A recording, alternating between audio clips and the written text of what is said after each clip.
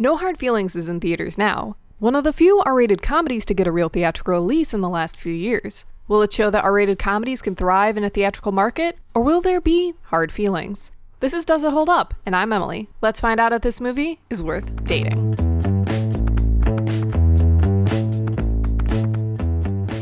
Jennifer Lawrence plays Maddie Barker, an Uber driver who gets her car repossessed after failing to pay her property taxes. Everything looks lost before she finds a Craigslist ad from two parents asking someone to date their 19-year-old son before he goes off to college. In exchange, a used Buick. After getting some advice from her friends, she decides to answer the ad. But things don't go as smoothly as she thinks they will, because this boy is undateable.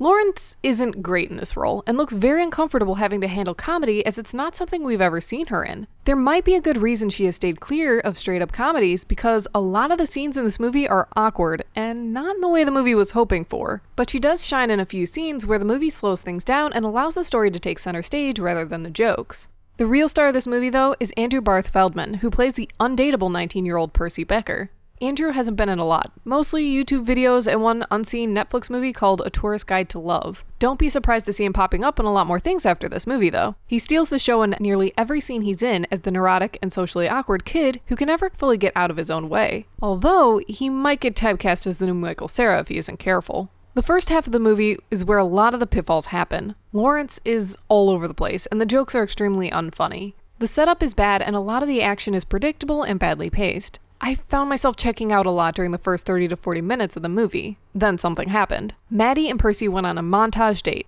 I love a good montage, and this one was fun. Although, it could have been a lot longer for my liking, but what they did worked. I saw a change in the movie's pacing and likability of the characters moving forward. The relationship started to make sense, and we saw the two actors develop a real chemistry. There's a lot more serious moments in the second half of the movie as well, and for an R-rated comedy, these are the moments that made the movie, not the jokes. I found myself more invested in each character as the story dug deeper into what made them who they are. Abandonment issues, bullying, and the inability to connect to other people made Maddie and Percy likable and relatable. So between the unfunny comedy and the over-the-top antics, like a naked fistfight on the beach, the small intimate moments made up a lot of what was good about this movie. One of the biggest problems I had with the movie is that they chose to make Lawrence's character Maddie 32 years old and kept Percy at 19. It made the movie creepier than I imagined the filmmakers wanted it to be. I'm not sure why she had to be that old, when the entire story could have worked even if she was 27 or 28 instead. The old jokes and the worry that she's out of the age range the parents were looking for would have been no different even if they dropped the age just slightly.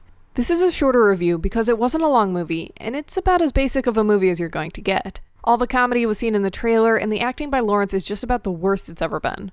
Overall, No Hard Feelings is getting a C, because it's a slog to get through the first half. Luckily, it has a pretty good second half that course corrects enough to make it interesting. I enjoyed the movie by the time it wrapped up, but I would never find myself starting the movie from the beginning ever again.